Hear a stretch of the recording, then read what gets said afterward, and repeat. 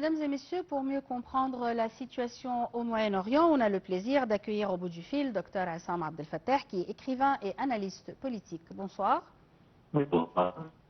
Alors, quel rôle joue l'Égypte dans ce contexte diplomatique? Enfin, c'est un rôle de médiateur. Enfin, il fait son possible. Enfin, le possible, c'est-à-dire de rapprocher les points de vue entre les belligérants. Mais certainement, il ne s'agit pas simplement de médiation, étant donné que toute médiation actuellement se heurte à beaucoup de difficultés.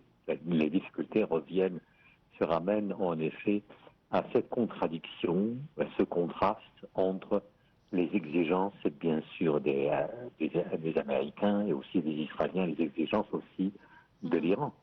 C'est très bien que l'Iran, en fait, a mis des conditions qui peuvent se résumer en 10 points. Oui.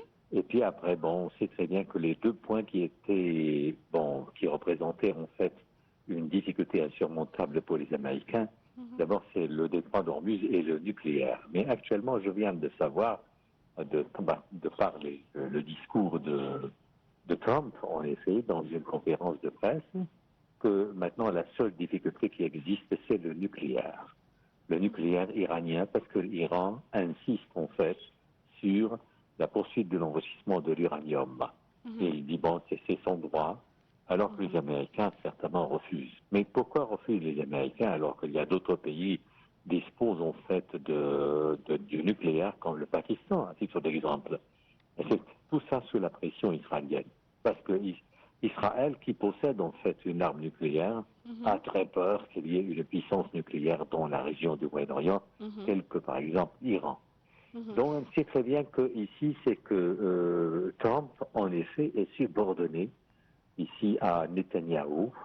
Il obéit certainement aux directives de Netanyahou et Israël généralement. Et ça, c'est vraiment un problème. Mais actuellement, les Américains ont fait un blocus à la sortie du Golfe. Certainement un blocus illégitime, illégal selon le droit international, mais on sait très bien que Trump s'en fout du droit international. Il ne respecte que la loi de la force, et non pas la force de la loi. Alors maintenant, nous avons le problème. Et puis après, il va interdire le passage des navires sortant en fait du Golfe, comme les navires par exemple qui viennent des ports iraniens. Et puis après pour les ports aussi du Golfe en général. Et puis après même les navires qui viennent par exemple s'approvisionner ou bien qui transportent des marchandises vers l'Iran, ils n'auront pas en fait la permission d'y entrer. Or, le seul problème qui se pose dans ce cas, c'est que va-t-il faire Trump, par exemple, avec les navires chinois? Et les Chinois, par sa main, on sait très bien que sont dépendants complètement du carburant iranien, et ils ont un grand intérêt à ce que ce problème soit réglé. Mais je dois dire quand même, c'est que malgré, en fait, situation critique, moi j'exclus l'hypothèse, enfin, de la guerre. Parce que Trump veut, coûte que coûte, sortir de cette situation en sauvant la face. Ça, c'est le plus important. Il veut justement sortir de cette crise. Mais va-t-il en fait s'incliner? Et il dit qu'il vient d'avoir un contact de, je ne sais pas de quel responsable iranien, et qui demande en fait la reprise des négociations. Mais enfin, moi je vous dis la vérité, il est très difficile de croire Trump. Trump en fait c'est quelqu'un en fait qui dit n'importe quoi, fait des déclarations contradictoires. Il a justement, il n'a plus de crédibilité, c'est fini. Trump, c'est quelqu'un qui dit n'importe quoi. Alors maintenant, c'est que faut savoir peut-être du côté iranien. Est-ce que les Iraniens vraiment veulent la reprise des négociations? Est-ce qu'ils vont insister? Que vont-ils faire? Mais les navires américains n'osent pas entrer dans le Golfe, bien sûr. Quelle que soit vraiment la puissance américaine, parce qu'ils savent que ce sera vraiment l'enfer.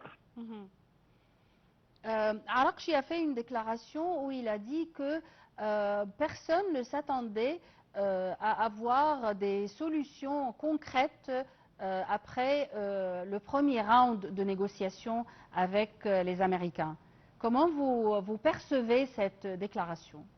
Cette déclaration, en fait, est quand même véridique parce que, voilà, on sait très bien que la crise iranienne durait des années. Comment se fait-il qu'on puisse résoudre cette crise ou bien quelques jours ou une semaine? C'est très difficile. Et puis, de discuter avec les Iraniens, c'est pas facile, parce que, quand même, c'est-à-dire que vous voulez justement couper les ailes des Iraniens en leur interdisant d'enrichissement de l'uranium, mais il y a quand même un enrichissement pour des fins pacifiques. Il est très. Et puis les exigences, mais c'est Israël qui se sent en fait menacé existentiellement, veut justement priver l'Iran de toute arme. Et moi je me rappelle qu'au début de la guerre, ici les Américains voulaient priver l'Iran non seulement du nucléaire, mais aussi des missiles balistiques. Est-ce que c'est invraisemblable? Un pays qui n'a que de drones et puis après des missiles. Alors vous voulez les priver de tout ça? Est-ce que c'est possible? Et puis moi je me demande jusqu'à maintenant, qu'est-ce qui fait que les Américains viennent des États-Unis faire ici dans le Golfe? Ça c'est pour Israël. C'est pour Israël. C'est justement ici Netanyahou qui tient toutes les rênes, c'est lui qui tire les ficelles, c'est lui qui mène ici Trump. Et Trump, en fait, il est devenu vraiment, actuellement, il y a une partie, l'opinion publique américaine, et même y compris certainement une partie de son Docteur parti. Essam Abdel Fattah, excusez-moi, on doit s'arrêter maintenant pour l'appel à la prière, mais on va enchaîner juste après avec notre discussion.